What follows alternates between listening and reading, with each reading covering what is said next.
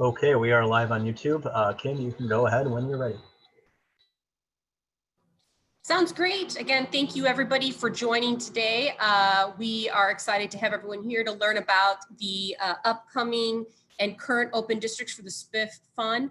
Today I'm going to have Nora Curry with the Department of Planning and Development kick us off to give us a quick rundown of the program from the city perspective.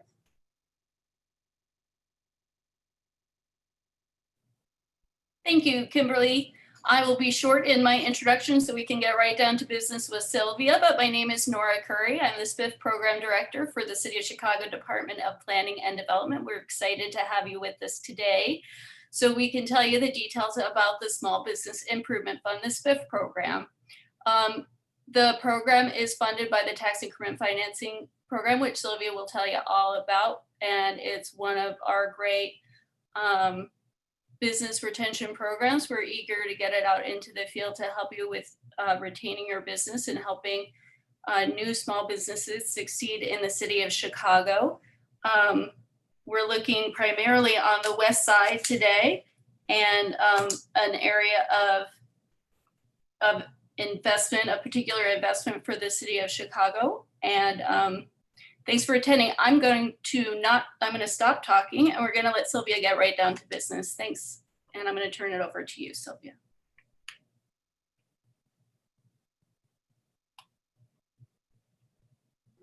You're muted, Sylvia.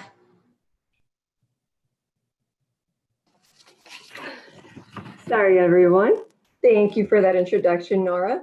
So again, my name is Silvia Orozco. I am the Program Director for the Small Business Improvement Fund program. I'm proud to say that I've worked for Summer Corps on the SPIF program for the past 15 years and assisting hundreds of existing business owners, landlords, and startup businesses as well.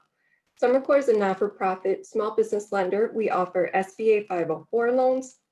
We administer the City of Chicago Small Business Improvement Fund program, and we also administer the city's Neighborhood Opportunity Fund program. So our purpose is to guide your vision to reality through impactful financial solutions. That's because business growth, job creation, and community impact are our priorities. So now in its 20th year, SPIF is one of the longest running and most successful city programs. We've helped retain and expand businesses in nearly every neighborhood and dispersing over $100 million in grants. Please be advised that this is a non-residential program. The grant cannot be used for capital or operating expenses. It is strictly focused on specifically infrastructure repairs to the properties. So now we can go ahead and get started with the presentation and I'll tell you all about what the program's about.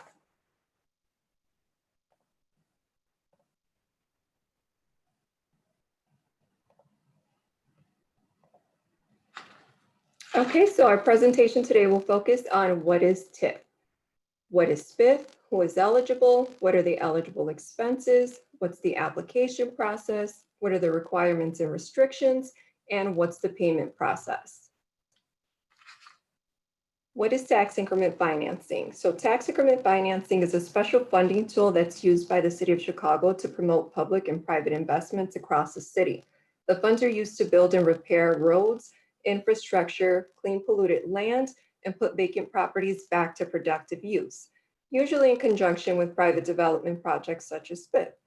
The funds are generated by growth in the equalized assessed valuation of properties within a designated district over a period of 23 years.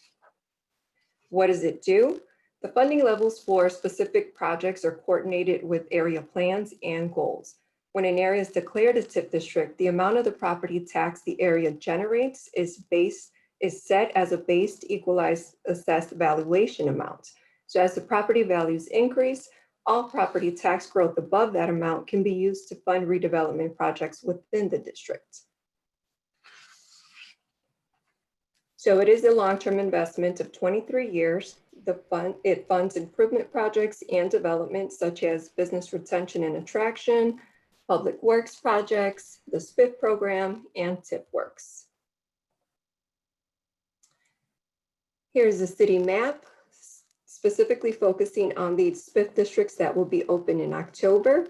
So we are currently accepting applications for the Austin Commercial TIF, Chicago Central Park, Central West, and Little Village.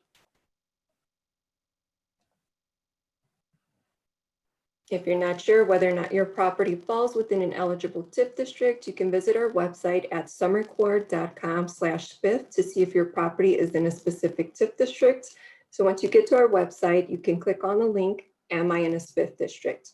That will take you to the city's Department of Zoning's website, where you can then enter your address. You can click on the address pin. It's very important that you click on the address pin so that the system gives you the specific information that pertains to your property, because the boundaries are very specific. So once you've confirmed whether or not you're in a TIF district, that information will be provided here. Tax increment financing with the name of the TIF district that you happen to fall in. So if you do not see that information here, that means your property is not within a TIF district. SPIF Organization. This is a City of Chicago grant program. All SPIF eligible districts and fundings must be authorized by City Council. DPD oversees the program of which SummerCore administers. SummerCore works directly with the local agencies and the applicants in processing the applications and assisting with the entire process from start to finish. So these are just a few of the local delegate agencies out in the areas of the TIF districts that we have open today. Please feel free to reach out to them with assistance, questions, and they'll be able to assist you throughout the whole process as well. SPIF overview. This is a grant for permanent building improvements for small businesses within specific TIF districts of the City of Chicago. We can provide rebates from 25, 50, or 75% of SPIF eligible cost. $100,000 is the max for commercial applicants or landlords for a single commercial property. $150,000 is the max for industrial applicants, and $50,000 is the max per applicant in a multi-tenant property, with the limit of $250,000 per each property. SPIF eligible applicants. So the following consists of the eligible applicants and the items that we take into consideration to determine eligibility. So if you're a property owner, we will take a look at your personal net worth, cumulative between all owners, as well as liquid assets, cumulative between all owners as well. You happen to be a commercial lessee, meaning you are just a tenant of the property, you don't own it. We take a look at your annual sales requirements and limits. We'll take a look at your past 3 years gross receipts, determine the average, and we will determine your eligibility depending on the sliding scale. So we'll get to that a little bit further in the presentation. If you are an industrial lessee, you can have a maximum of 100 full-time equivalent employees, including all employees for multiple locations. If you are both the business and the property owner, we take a look at both the property owner and commercial lessee requirements. If it's a vacant property, you can still apply for the program, but it has to be a minimum of a 60% lease up, with 100% of the ground floor leased up by SPIF qualified tenants. Sliding scale eligibility for a landlord. So if you do not have any ownership interest in the business leasing the commercial space, and all individuals with 7.5 ownership interest are evaluated. So the net worth, if you have less than 2.5 million in net worth between all owners, you would qualify for 75% reimbursement. If your net worth falls between 2.5 and 4.5 million, you would be eligible for 50% reimbursement. If your net worth falls between 4.6 million and 6 million, you'd qualify for 25% reimbursement. So any net worth greater than 6 million or equal to would be ineligible. So additional eligibility considerations, again, the cumulative liquid assets must be less than $500,000 amongst all owners. There is the lease up requirements, and it must be leased to SPIF qualified tenants. There's a few types of businesses that do not qualify. Again, we'll discuss this further on in the presentation. So this would also be applicable to industrial property owners that lease any part of the property to a third-party tenant. Sliding scale eligibility for the tenants. If you're leasing, we require a minimum of a 3-year term on the lease from a building owner that has no financial relationship. There must not be any overlap within the property ownership. If there is, we would just need to know about it and require further documentation from those individuals. Sales requirements, if you have less than $3 million on average, you'd qualify for 75% reimbursement. If your sales fall between 3 and 4 million, you qualify for 50% reimbursement, and sales between 4 to 5 million, you would fall within the 25% reimbursement range. Anything greater than or equal to 5 million, you would be considered ineligible. So for startups, if the business is new, we ask for a business plan and projected income statements that'll be used to apply the sales schedule. Eligibility for industrial applicants. Again, they must have less than 100 full-time equivalent employees, and that would include employees for multiple locations, and they qualify for a 50% rebate. If the applicant owns an industrial property and also leases any portion of the property to the third-party tenants, this would be considered an income generator. The landlord sliding scale will also be one of the items that we look at to determine eligibility. SPIF reimbursable expenses. These are some of the expenses that we can reimburse for, which include roofing, storefront and facade improvements, masonry repairs, tuck pointing, building systems, including HVAC, electrical, plumbing, flooring, interior renovations, rough and finished carpentry, full gut rehabs, ADA compliance improvements. So if, for example, you need to widen your doors to make it ADA accessible, if you need to renovate your restrooms to make it ADA accessible, or you need to create a ramp for ADA accessible entry, we can cover those items. We also cover environmental remediation, permanent signage. This would be the structure only. We don't cover anything that's business specific. That portion would be excluded. Land purchase is eligible only if you currently own the property that's directly adjacent to the real estate that you're looking to purchase and you operate a business from it. You would have to be purchasing the land or the property for business expansion or parking. Ineligible business and organization types. So these are the types of businesses that do not qualify for the program. And these are the types of businesses that cannot occupy the space if you are just a landlord.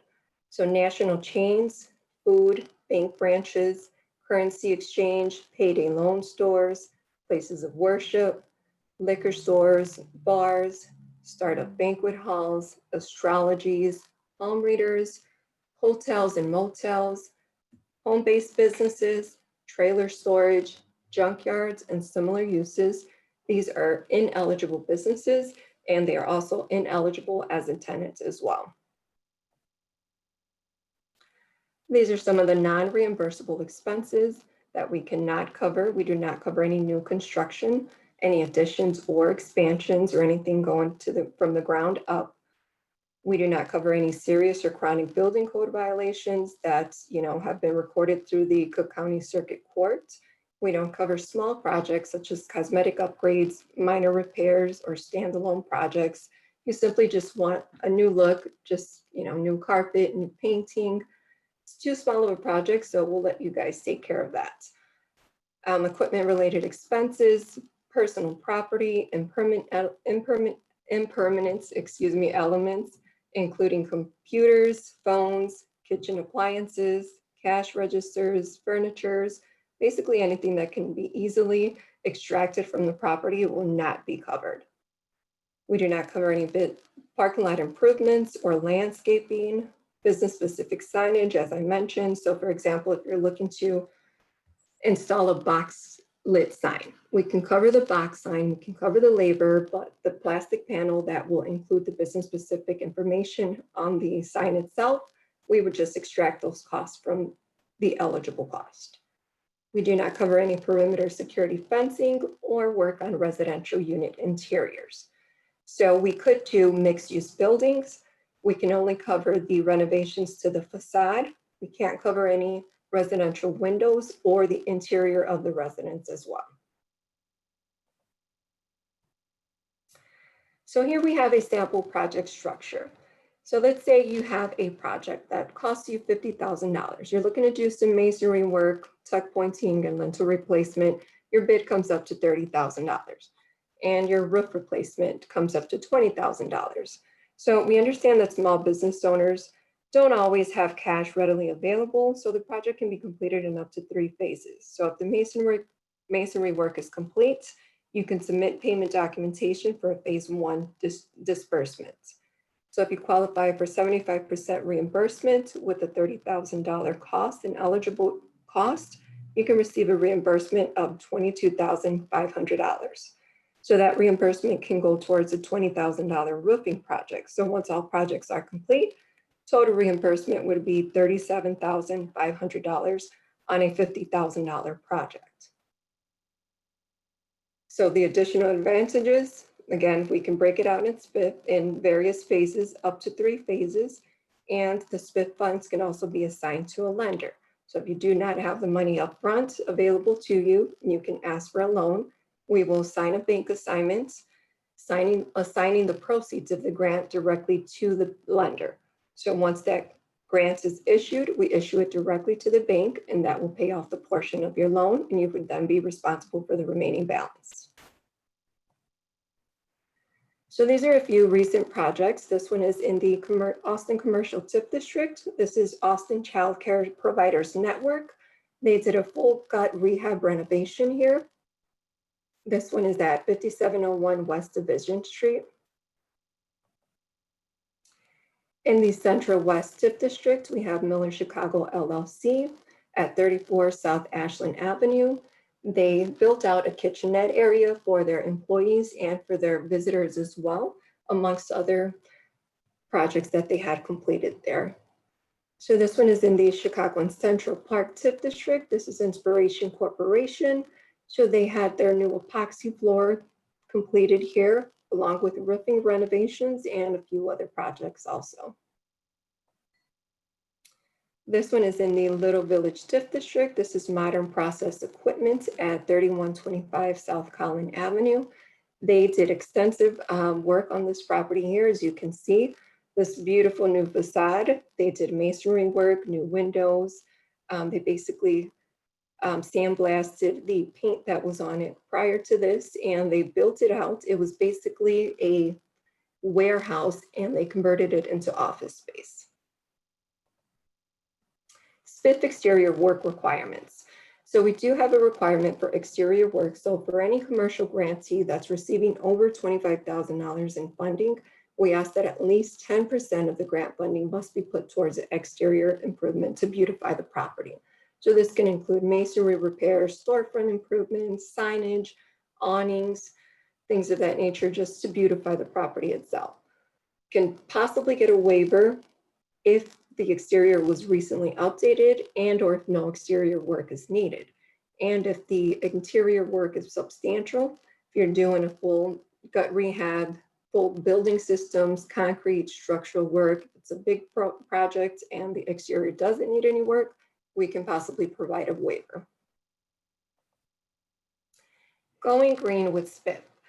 So there are a few ways to save money with energy efficiency. Insulation and high efficiency furnaces and water heaters dramatically cut down your energy cost. You should always look for ENERGY STAR ratings. These are required for industrial businesses. To high efficiency lighting cut down significantly on electrical bills, and People's Gas and ComEd have their own rebate programs, so you can apply for both the SPIF and rebates from them as well. Compliance. We do ask that you are in compliance with the facade design guidelines that will be provided to you. Must have a City of Chicago business license, must not have any debt to the City of Chicago. You have to complete an economic disclosure statement as part of the application. We ask that the property taxes are current. They must be paid up to date. Since we do use tax increment financing, you have to be up to date with those payments. Once you actually close on the grant, you will have to sign off on a grant receipt affidavit stating that you will not relocate outside of that TIF district or sell the property for at least 3 years from the date that you receive your check. We ask for proof of land ownership if you are a property owner, or if you are simply a tenant, we ask that you have a minimum of a 3-year term to protect you so that the landlord doesn't try to push you out once the renovations are done and they don't, try to increase your rent. There's other direct city financial assistance that will be deducted from the grant amount with the exclusion of TIF works. So for example, if you're eligible for a $100,000 grant with us, if you've already received $20,000 from the City of Chicago program, any other city assistance, let's say you received $20,000 assistance previously, so that $20,000 will be deducted from the amount that you're eligible for. So that will leave you eligible with $80,000 in SPIF funding. So we ask that if you are a startup, that you follow through with your plan as required. So if you tell us that you're going to be a restaurant, we want you to stick to being a restaurant, and we don't want to end up finding out that, it turned into an ineligible business. In the end, it's a nightclub. So we just ask that you follow through with your plan. Other SPIF criteria: contractors must be licensed by the City of Chicago and provide insurance. They do not have to be located within the City of Chicago, but they do have to have a license to do business within the city. We also provide a list of contractors that are women and minority.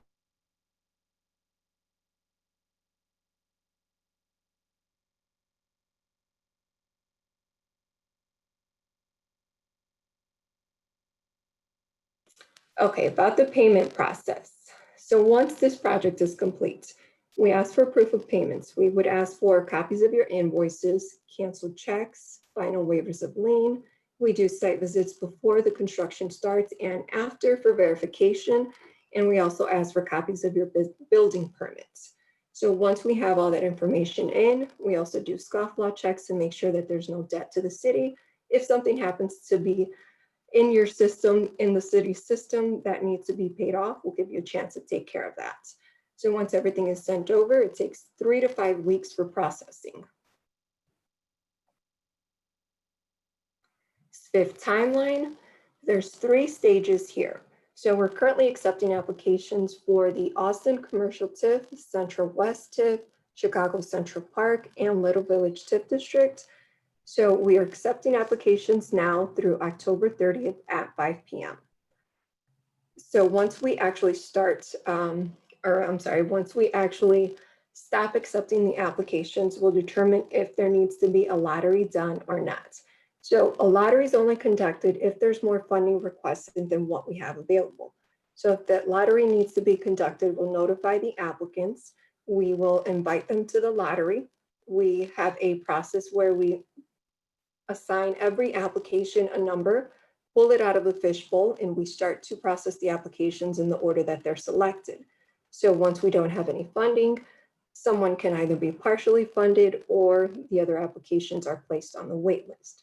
So if we have to do that lottery, we create the wait list. That wait list is good for 2 years.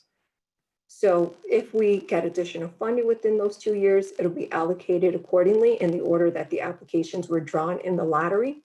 And if the city happens to replenish that district, the people who are on the wait list will receive funding before we open it up to the public to receive new applications. So if we do not have to do a lottery, we'll go ahead and start processing the applications. So stage 1, within 20 days, we ask that you furnish any additional documents to complete the initial application.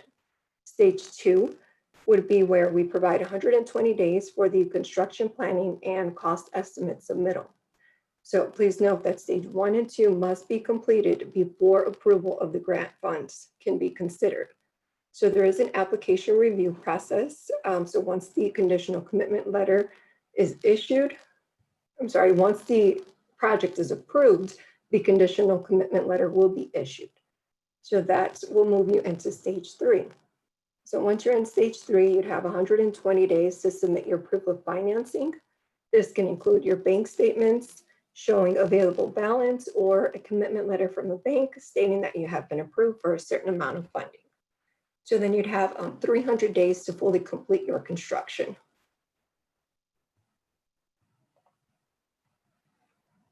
So again, we're currently accepting applications for the Austin Commercial TIF, Central West, Chicago Central Park, and Little Village TIF District. So please make sure if you are applying to submit your application before October 30th at 5 p.m. That is a strict deadline there. So if you're not sure if you qualify for the program, please check our website. You can always give us a call or send us an email, and we will verify that your property actually falls within one of these TIF districts.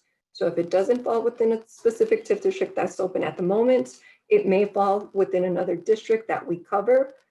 But if it's not open, we'll put you on an interested parties list, and we'll reach out to you to let you know when the district is open to accept applications.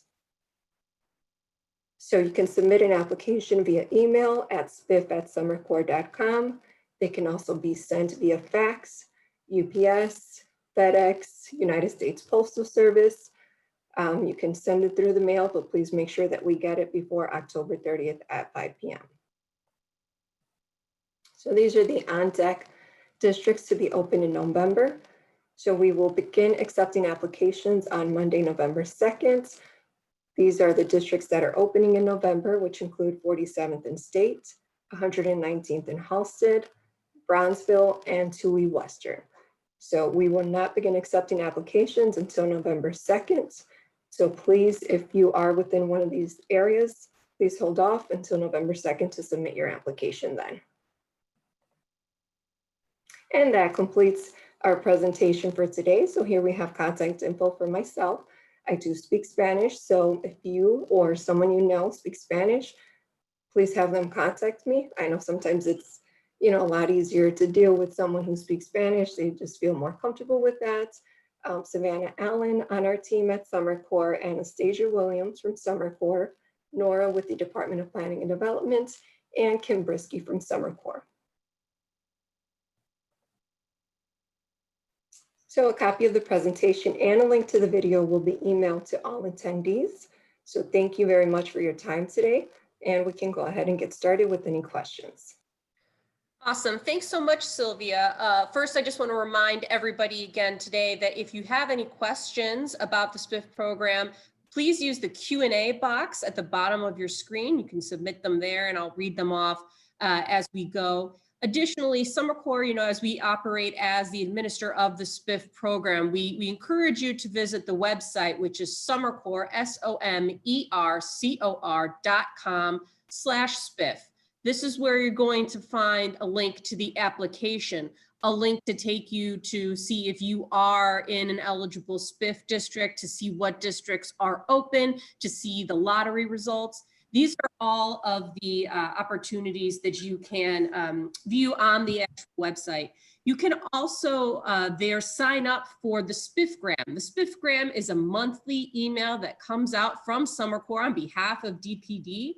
And this email contains all of that critical information as well as example stories to get you motivated to try and see what the project can be done, what you can do with the project at your business. In terms of questions, the first question I just wanted to start off with is when you are filling out the application, what other information and documentation should you have on hand and ready to go as you apply? So the application includes basic information, property address, whether you own the property or if you're leasing, the type of business, if you're a commercial, industrial, or landlord. The most important thing I would say would be your wish list of items to complete. So it has a work summary there. You would add, you want to do the roofing, you're estimating your cost at $25,000. If you're looking to do your storefronts, you can estimate your cost at $15,000. That would be the most important thing to focus on what you would estimate your project cost to be. That's very important because once we start processing the applications, we reserve money based on your estimates. Great. Again, I'm sorry, but that number will change depending on what your actual contractor bids come out to be. I appreciate that. One question that we got from one of our participants, they want to know, is there an actual schedule when SPIF districts will be open? How is that decided and where can I find that information? You can find that information on our website. Right now, we do have notifications a month in advance for the districts that will be open. So right now, we just let you know what districts are open for November. So come November, we'll let you know what districts are open in December. So you can sign up for our e-newsletter. Our e-newsletter will let you know what TIF districts will be open. You can always check our website, and you can also sign up on our website for the interested parties list. So as a courtesy, we'll send you an email to let you know when your TIF district will open. Great. Can we dig a little bit deeper into the financing, in terms of, as this is a reimbursable grant. So what kind of money does a small business need to have on hand before they start the work or to apply? So you basically have to think about having full financing available to you, because it is a grant in the form of reimbursement, but you do have to pay upfront for all of the renovations. So think of it as if you have a $20,000 project, you have to have $20,000 on hand. A lot of lenders, if you're looking to obtain a loan, some of them require that you have at least 25% of the asking loan amount available to you. But it varies by lender, but just think about, having the full financing available to you one way or another. If you have it available, cash on hand, or, sometimes people have a line of credit, which can also be used to pay for construction. Or if you're looking to get a loan, the bank requirements are different. They vary. So, it's best to get started with that process sooner rather than later. It is pretty time consuming. So, start thinking about that ASAP. And I was going to say the Summer Corps website does have a list of contacts for banks and other non-traditional lenders for folks that have inquiries there, correct? Yes, thank you. Great. One question that we had that came through was, are properties with building code violations eligible for SPIF if the code fixes are not part of the repairs being included in the grant application? It's on a case-by-case basis. If there is something that is recorded through the Cook County's Recorders of Deeds, if there's, something filed with the City of Chicago in relation to these building violations, they will not be able to proceed until those are taken care of. If it's something that is minor, we can possibly proceed with extracting that specific building code violation as part of the project that we will not cover. All right, a little bit of clarification. Can you talk about if you are eligible to apply and use SPIF funds if a small business has already received funding through either EIDL loans, PPP, big grants, Together Now grants? There's a lot of funding opportunities available. How does that work with SPIF? Okay, so if it is a City of Chicago reimbursement or some sort of assistance, if it's directly through the City of Chicago, that amount that you received would be extracted from the eligible amount. So as I mentioned previously, let's say you're eligible for $100,000. If you received city assistance for $20,000, then that would leave you eligible for $80,000 in SPIF reimbursement. Great. One question we received is an existing certificate of occupancy needed to be eligible for SPIF grant funds? Not at the moment. We could accept applications even for vacant properties, but the properties have to be leased by eligible tenants, or if you're looking to do a startup or a relocation, you do have to have a City of Chicago business license before we can disperse the funds.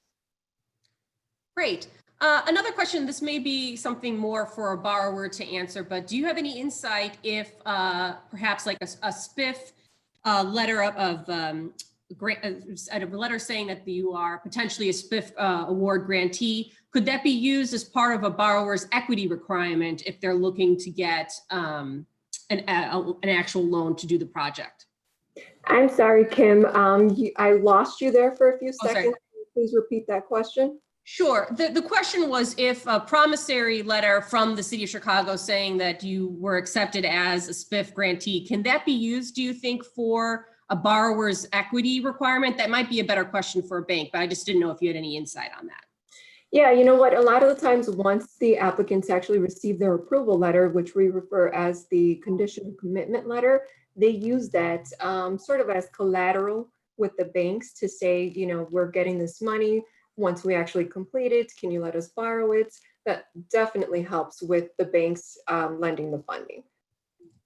Great, that's helpful. And again, as a reminder to everybody on the call, in addition to doing the SPIF grant for the City of Chicago, we also do the Neighborhood Opportunity Fund for the City of Chicago, and also Summer Corps is an SBA 504 lender. This means that we actually do SBA loans for purchases of commercial real estate and heavy equipment.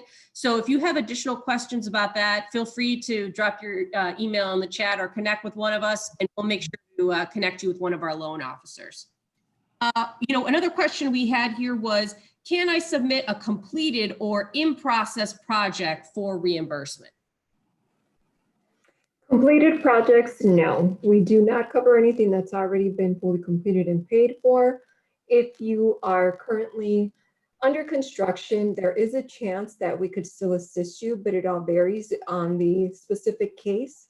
So let's say, for example, you're doing a full gut rehab. If you have not yet completed the HVAC system or the storefronts, if the project is not yet in progress and you can wait until we go through the entire process before you get that approval, then yes, potentially that could be something that we can cover. But if it's already been completed and paid for, we cannot assist with that.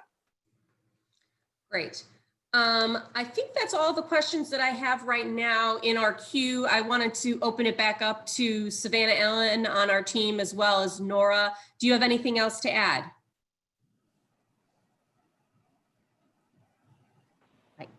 No, I don't have anything to add.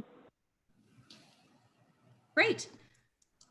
I guess then we're all set. As a reminder, an email will be sent to all of the participants today that includes a copy of this recording, as well as a copy of the presentation. Again, you can visit www.somercor.com/SPIF to view the application, how to sign up for the SPIF grant, how to find out if you're in a district, as well as how to find out which districts are open.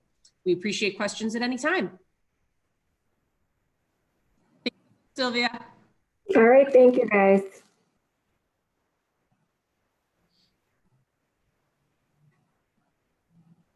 Mm-hmm.